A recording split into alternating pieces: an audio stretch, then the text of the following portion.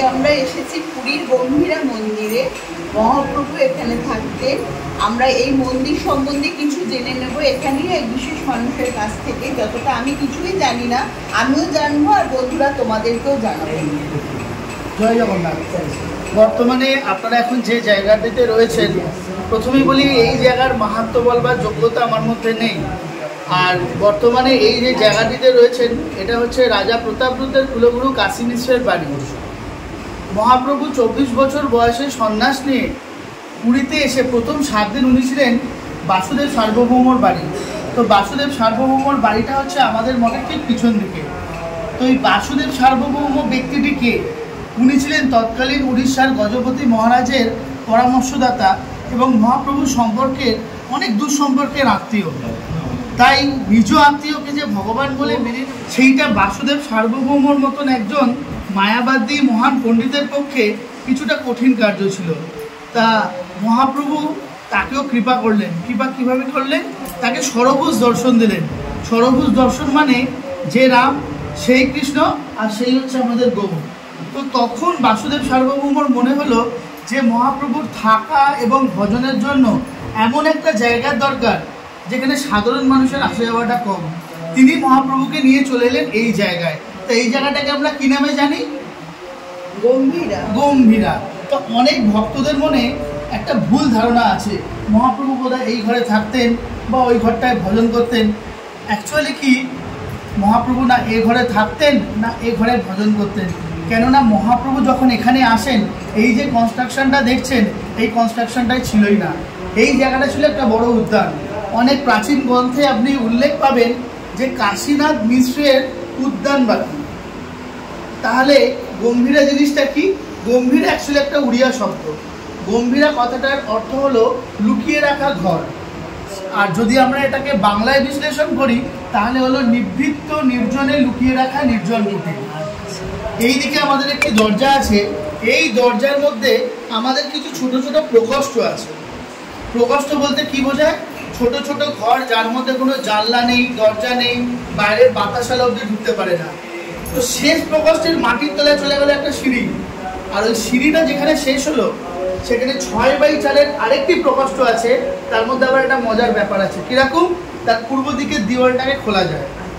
সেই দেওয়ালটাকে খুললে এখান থেকে একটা টানেল বা সুড়ঙ্গ যাই বলেন, সেটা সোজা গিয়ে দুভাগে ভাগ হয়ে এক ভাগ মিশ্রে সমুদ্রে আর এক ভাগ মিশ্রে জগন্নাথের গর্ভমন্দিরের নিচে। তো চিন্তা করুন, আজ থেকে এত বছর আগে মাটির নিচে এই কনসেপ্ট করার পেছনে কারণ কি ছিল?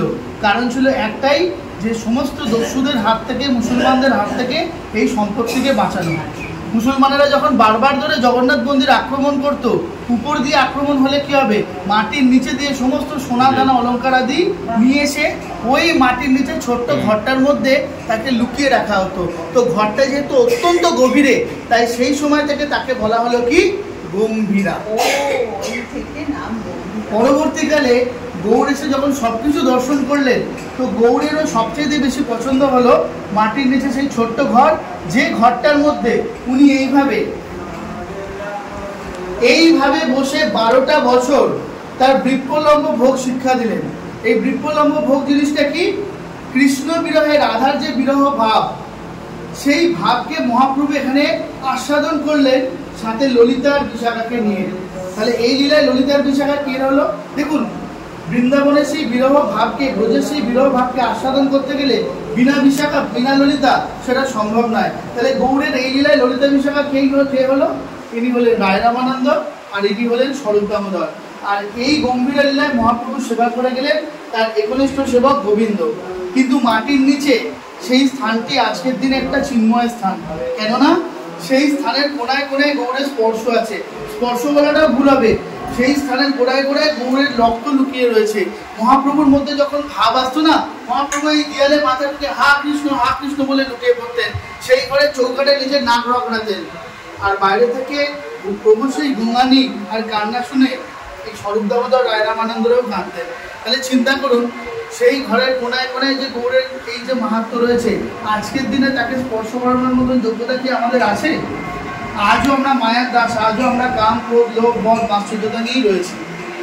আর এই জায়গাটা হলো, আর এখানে যে শুধু ভক্তরা আসেন বা যারা বৈষ্ণবীয় সদাচার পালন করেন তারা তো আসেন তা তো নয়, এই জায়গা সর্বসাধারণের জন্য। তাই সবাই মিলে যদি এই স্থানটাকে স্পর্শ করি তার যে পবিত্রতা সেটা কি থাকবে? এই জায়গাকে আমরা আবার দ্বিতীয়বার পাবো। কিন্তু আজও আমরা গর্বের সাথে বলতে পারি যে এই বাড়ির মাটির নিচে আরেকটি বৈকুণ্ঠ আছে যেখানে গোড়া রায় লীলা আজও হয়। তাই বলে অদ্যপি ও সেই লীলা করে গোড়া রায় কোনো কোনো ভাগ্যবানে দেখিবারে পায়। আপনার অন্তরে যদি গৌড়ের জন্য কিঞ্চিত মাত্র প্রেম থাকে, ভালোবাসা থাকে, আপনাকে কষ্ট করে মাটির নিচে গিয়ে গম্ভীরা দর্শন করতে হবে না, মাটির ওপরে বসেই ওনার কি পায়, ওনার লীলাকে আস্বাদন করতে পারবেন। তাই এই বক্রেশ্বর পরিবারের আচার্যরা সিদ্ধান্ত নিলেন যে মহাপ্রভুর গম্ভীরা যেমনটি ছিল তাকে তেমনটি রেখে দিয়ে তার ব্যবহার করা সামগ্রী, আপনাদের সামনে যে কাঁচের বাক্সটি রয়েছে, এই কাঁচের বাক্সর ডান দিকে আছে গৌড়ের চরণ পাদুকা, বাম দিকে আছে কুমণ্ডুল, আর কুমণ্ডুলের পেছনে যে বাক্সটি আছে তাতে আছে সচিমায়ের পাঠানো কাঁথা। একবার জগদানন্দ যখন নবদ্বীপে গেছেন তো সচিমা জিজ্ঞাসা করছেন, আমার চাঁদ কেমন আছে? বললো, মা তোমার চাঁদ তো আর আকাশে নেই, তোমার চাঁদ মাটিতে গড়াগড়ি খাচ্ছে। কেন? কেননা গম্ভীরা লীলায় মহাপ্রভুর মধ্যে যখন অষ্টসাত্ত্বিক ভাব আসতো মহাপ্রভু মাটিতেই লুকিয়ে পড়তেন। তো মায়ের মন তো আমার নিমাইয়ের মাটিতে শুলে ঠান্ডা না লেগে যায়, এই কথা চিন্তা করে সচিমা নিজের হাতে করে একটা কাঁথা বুনেছিলেন। তো সেই কাঁথার একটি অংশ ওই বাক্সের মধ্যে আজও সংরক্ষণ করে রাখা আছে, তার সেবা পূজা হয়। তো এই হলো গম্ভীরার ডেসক্রিপশন আর ইতিহাস। বাদবাকিটা আপনারা যদি শ্রী শ্রী চৈতন্য চরিতামৃত, চৈতন্য মঙ্গল, চৈতন্য ভাগবত আদি পাঠ করেন, সেখানে মহাপ্রভুর এক এক দিনে এক এক ভক্তদের সাথে এক এক ভাবে লীলার বিশদ বর্ণন পাবেন। আর এইখানে আর কি আছে, ওখানে আর কি আছে, আছে এই অখণ্ড জ্যোতি। আমি দেখেছি অনেক বড় বড় আচার্যরা এই অখণ্ড জ্যোতি নিয়ে অনেক রকম তাৎপর্য করেছেন, কিন্তু আপনাদের একটা কথা বলবো যে কোনো রকম ভুল প্ররোচনায় কান দেবেন না। নিজে ভগবান আপনাদের বুদ্ধি দিয়েছে, বুদ্ধি দিয়ে সবসময় বিচার করবেন। এই দেখুন, এই যে অখণ্ড জ্যোতি, আমি দেখেছি অনেকে বলে যে এই অখণ্ড প্রদীপ মহাপ্রভু নিজের হাতে জ্বালিয়ে গেছিলেন, এটা অলৌকিকভাবে জ্বলে, এতে কোনোদিন তেল দিতে হয় না, এরকম কিন্তু কিছু ব্যাপার না। আপনার বাড়িতে যে প্রদীপ আর এই প্রদীপ একই প্রদীপ, তাহলে এটা কিভাবে হলো? প্রথমেই আপনাদের বললাম যে গম্ভীরার মাটির তলায় কোনো আলো ঢুকতে পারতো না, আর তখনকার দিনের লাইটের রিসোর্সটা কি ছিল? এই সমস্ত প্রদীপ বা মশাল। তখনকার দিনে তো বিদ্যুৎ ছিল না। তো আচার্যরা এটা জানতেন যে একটা সময় আধুনিকতার ছোঁয়া লেগে এই মশাল প্রদীপ সব বন্ধ হয়ে যাবে। আর এই জায়গাটা কি? এটা হলো সমস্ত বৈষ্ণবদের সিদ্ধপীঠ। এই সিদ্ধপীঠ যাতে কোনোদিন অন্ধকারে না থাকে সেই সংকল্প নিয়ে এই প্রদীপটাকে জ্বালানো হলো, যেটা মহাপ্রভুর পর বর্তমান প্রজন্ম মানে গুরু শিষ্য পরম্পরায় যদি দেখি এই পরিবারটাকে বলা হয় বক্রেশ্বর পরিবার। কেন? মহাপ্রভুর পর বক্রেশ্বর পণ্ডিত এই পরিবারের দায়িত্ব নিয়েছিলেন, তারপর গোপাল গুরু গোস্বামী, তারপর শ্রীলমন্ত ধ্যানচন্দ্র গোস্বামী। এইভাবে বর্তমান প্রজন্ম হচ্ছে 20তম, যে 500 বছর ধরে এই প্রদীপের সেবা করছে। কিভাবে? দিবারাত্র তাকে সবসময় চোখে চোখে রাখা, তাকে সময় সময় তেল দেওয়া। এর যে সলতে বলেন আপনারা, এই সলতেটারও ক্ষয় হয়। তো যখন ক্ষয় হয় নতুন সলতে বানিয়ে আগে জ্যোতিটাকে তুলে তারপর তাকে বসিয়ে রাখা হয়। এইভাবে 500 বছর ধরে দিবারাত্র সেবা করে এই প্রদীপকে আজও খণ্ডন হতে দেওয়া হয়নি। তাই এই জ্যোতিকে বলা হয় অখণ্ড জ্যোতি। অনেক দূর দূর থেকে ভক্তরা এই বাড়িতে আসেন এই অখণ্ড প্রদীপ দর্শনের জন্য। তারা দর্শন করেন, তারা নিজ মনস্কামনা জানিয়ে তাদের তেল অর্পণ করেন, আর ভক্তদের অর্পিত তেলে এই প্রদীপ আজও এখানে অখণ্ড রূপে জ্বলছে। আর বর্তমান উড়িষ্যার এটি একটি বর্তমানে আমাদের এই যে উড়িষ্যায় এটি রাধাকান্ত মঠ নামে পরিচিত, কেননা এই বাড়ির বিগ্রহ হচ্ছেন শ্রী রাধাকান্ত, যিনি দক্ষিণ ভারত থেকে এসছেন। একটা সময় জগন্নাথ মন্দিরে থাকতেন। তো জগন্নাথের বাল্যভোগের বিভিন্ন ব্যঞ্জন মিষ্টান্ন দিয়ে উনি চুরি করে খেতেন। আর এই যে 4 ধামের মধ্যে শ্রেষ্ঠ ধাম পুরী ধামে, জগন্নাথ পুরী ধামে আছেন। এই ধামে ভজন কিভাবে হয় জানেন বাবা? বলুন।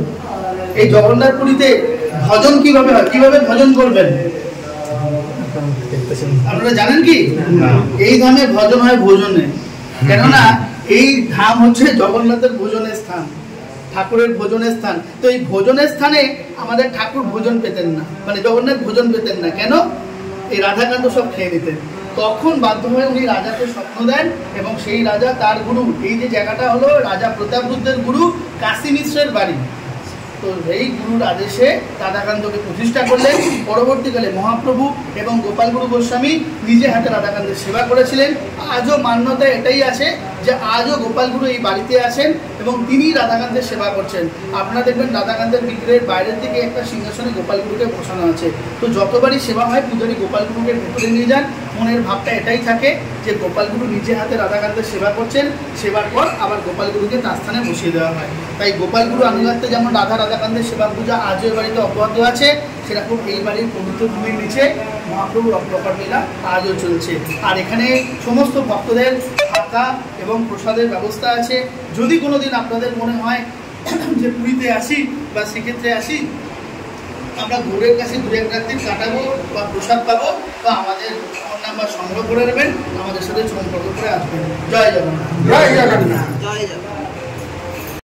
গম্ভীরাপীঠের 19তম মহান্ত শিল মহান্ত ধ্যানচন্দ্র গোস্বামী এবছরের রথযাত্রায় আমাদের বর্তমান মহান্ত মহারাজ শিল মহান্ত কৃষ্ণগোপাল মহারাজ ইনি তার গুরুদেবকে প্রতিষ্ঠা করলেন এবং সেই এটি হচ্ছে সেই তার বিগ্রহ। ঠিক আছে।